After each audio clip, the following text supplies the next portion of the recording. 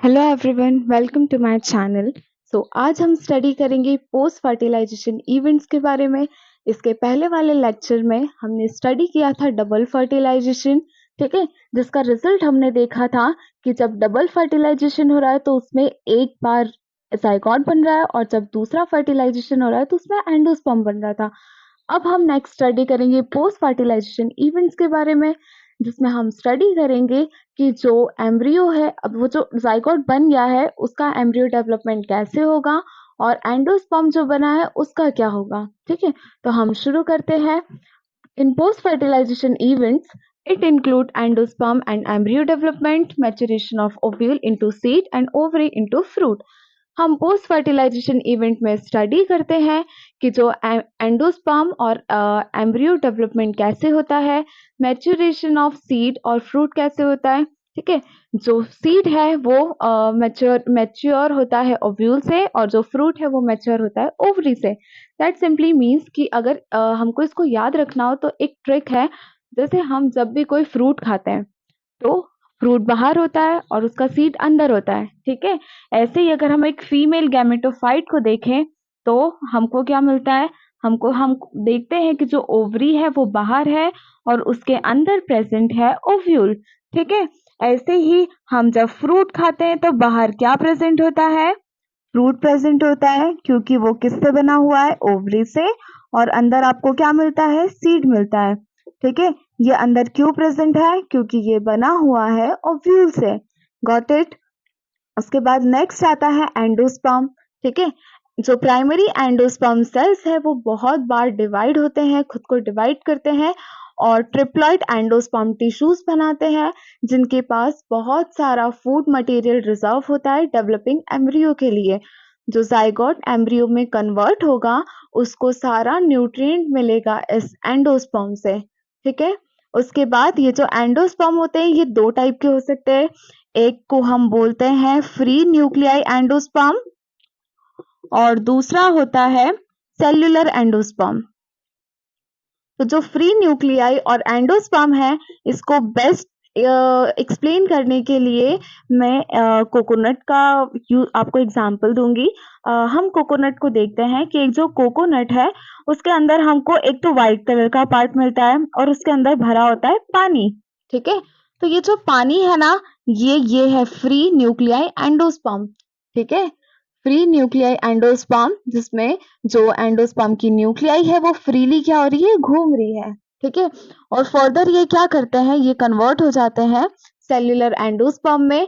ये जो वाटर है ये धीरे धीरे सूखता जाता है और ये क्या करता है, सेल्स बनाता है। ठीक है, और एक टफ स्ट्रक्चर ले लेता है। हम कोकोनट देखते हैं, कोकोनट के अंदर जो वाटर होता है वो फ्री न्यूक्लियाई एंडोस्पर्म है और जो व्हाइट वाला पार्ट है वो है सेल्यूलर एंडोस्पर्म का। Got it. हम देखते हैं कि जैसे जैसे नारियल जो है वो पुराना होते जाता है उसका जो पानी है वो सूखता जाता है ना। तो वो पानी क्यों सूख रहा है, क्योंकि वो कन्वर्ट हो रहा है सेल्यूलर एंडोस्पर्म में, टिश्यूज बना रहा है जो कि क्या है, रिजर्व फूड है। Got it. उसके बाद आता है टाइप्स ऑफ सीड। तो दो टाइप के सीड्स हो सकते हैं, non albuminous seed and albuminous seed. Non albuminous seed का मतलब होता है कि अगर जो एम्ब्रियो डेवलप हो रहा है, मैच्योर हो रहा है और जो उसका एंडोस्पर्म है वो कंप्लीटली उसने यूटिलाइज कर लिया है, ठीक है, बिफोर मैच्योरेशन, ऐसे सीड्स को हम बोलते हैं नॉन एल्ब्यूमिनस सीड। इसमें एग्जाम्पल आते हैं पी और ग्राउंडनट का। ठीक है, उसके बाद आते हैं एल्ब्यूमिनस सीड, ऐसे सीड्स जिसमें एंडोस्पर्म जो है वो बच जाता है आफ्टर मैच्योरेशन। सीड है वो मैच्योर हो गया है, एम्ब्रियो फॉर्मेशन हो गया, फिर भी उसके अंदर एंडोस्पर्म जो है वो बच गया है। ऐसे सीड्स को हम बोलते हैं एल्ब्यूमिनस सीड। इसमें एग्जाम्पल आते हैं वीट का, मेज का। ठीक है, तो यहाँ खत्म होता है एंडोस्पर्म।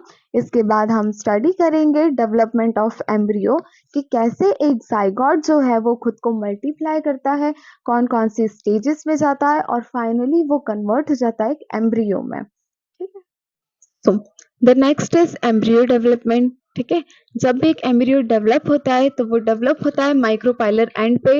माइक्रोपाइलर एंड पे क्यों होता है, क्योंकि जो फर्टिलाइजेशन होता है और जो जाइगोट फॉर्मेशन होता है वो इस एंड पे होता है, माइक्रोपाइलर एंड पे, एम्ब्रियो सैक के। इसीलिए जो एम्ब्रियो का फॉर्मेशन है वो भी वहीं से शुरू होगा। ठीक है।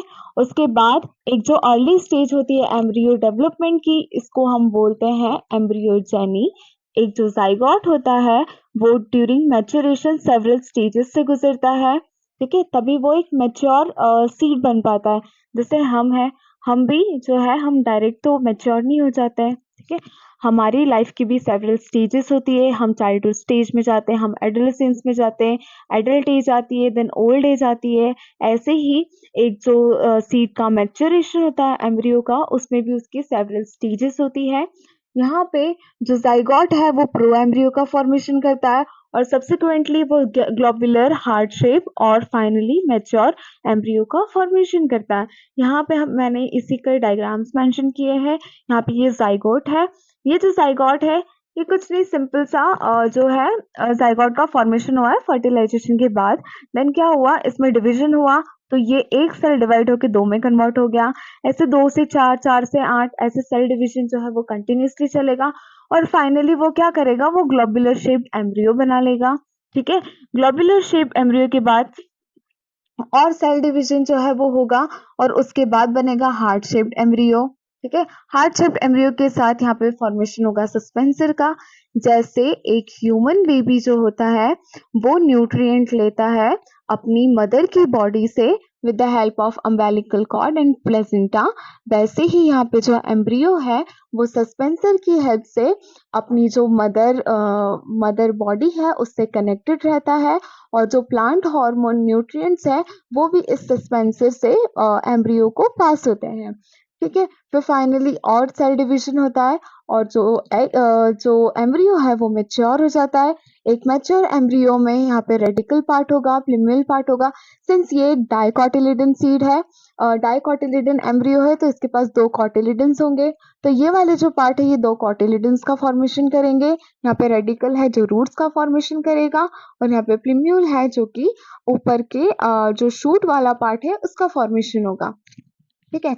फिर एक जो टिपिकल डाइकोटिलिडन एम्ब्रियो है उसमें ये पार्ट्स होते हैं। एम्ब्रियोनल एक्सिस है, ये वाली जो पूरी एक्सिस है इसको हम बोलते हैं एम्ब्रियोनल एक्सिस, जो कि 2 कोटिलिडन्स को अलग अलग डिवाइड करता है।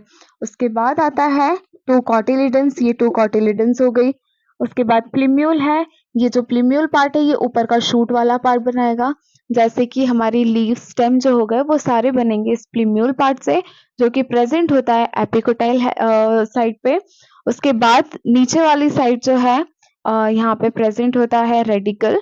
रेडिकल जो है वो रूट्स का फॉर्मेशन करता है, रूट का फॉर्मेशन करता है और नीचे रूट कैप का फॉर्मेशन करता है। इसको याद रखने के लिए हम याद रखेंगे आर से, R for radical, R for root, है ना। तो जो रेडिकल है वो रूट का फॉर्मेशन करेगा और फिर बचा प्लूम्यूल, तो जो ऊपर के जितने भी शूट वाले पार्ट है उनका फॉर्मेशन का काम ये प्लूम्यूल करेगा। देन एक जो मोनोकोटिलिडन एम्ब्रियो होता है उसमें सिर्फ एक ही कोटिलिडन प्रेजेंट होता है और जब हम ग्रास फैमिली में देखते हैं तो इस एक कोटिलिडन को हम बोलते हैं स्क्यूटिलम, ठीक है। It's all about the embryo development in the हम टाइप्स ऑफ सीड पढ़ चुके हैं, एल्ब्यूमिनस और नॉन एल्ब्यूमिनस। अब इसमें हमको कुछ टर्म समझनी है। यहाँ पे एक टर्म है perisperm.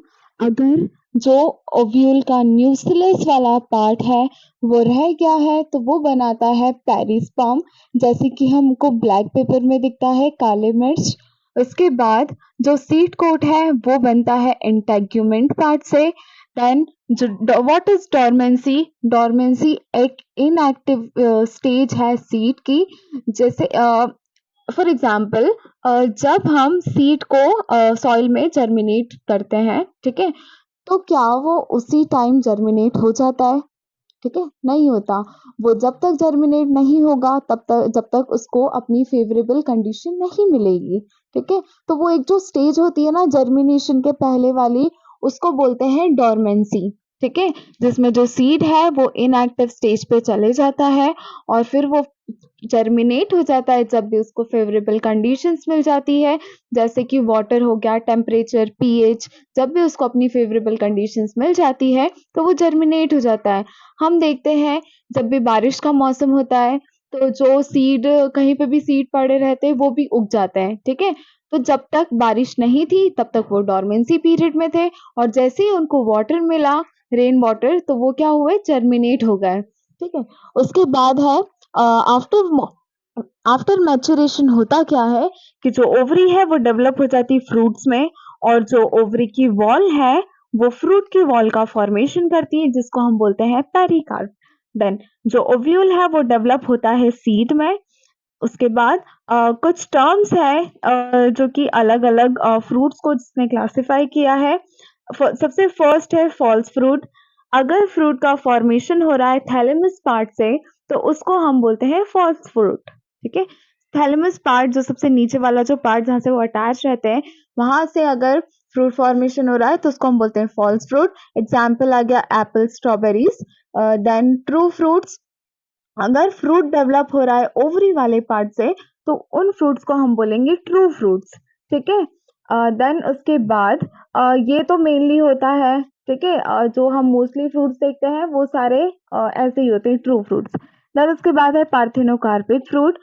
Development of fruit without fertilization, बिना फर्टिलाइजेशन के जो डिप्लॉयड जो सेल्स है, डिप्लॉयड जो गैमेट्स बने हैं, वो क्या करेंगे, वो खुद ही मतलब बिना फर्टिलाइजेशन के ही खुद को ग्रो कर लेते हैं और एक नया फ्रूट का फॉर्मेशन करते हैं। ऐसे फ्रूट्स को हम बोलते हैं पार्थेनोकार्पिक फ्रूट, जिसमें हम प्रोवाइड करते हैं ग्रोथ हार्मोन्स को, और हम उनका फर्टिलाइजेशन नहीं करवाते, हम बोल सकते हैं कि ग्रोथ करवाते हैं। एग्जाम्पल आ गया बनाना। देन उसके बाद है what is apomixis and poly embryony.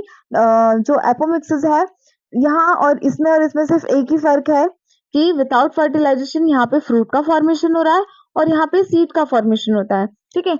So apomixis जो है वो एक ऐसी प्रोसेस है जिसमें प्रोडक्शन होता है सीड का विदाउट फर्टिलाइजेशन। जैसे जो सिट्रस फ्रूट हो गए, बहुत सारी ग्रासेस होती है, ये सारे जो है ये कैसे होते हैं, एपोमिक्सिस शो करते हैं। देन लास्ट है poly embryony. The formation of more than one embryo in a seed is called poly embryony. Poly means what, many, ठीक है? Embryony means formation of embryos. तो एक सीड में जब एक से ज्यादा एम्ब्रियो का फॉर्मेशन होता है, तो इस कंडीशन को हम बोलते हैं पॉली एम्ब्रियोनी, ठीक है? ऐसे ऐसी जो कंडीशन है वो मेनली हमको लेमन, ओपेंशिया और जो सिट्रस फ्रूट है उनमें हमको देखने को मिलती है, ठीक है? सो यहाँ पे हमारा खत्म होता है चैप्टर नंबर 1। नेक्स्ट वीडियो में हम मिलेंगे नेक्स्ट चैप्टर के साथ। Thank you.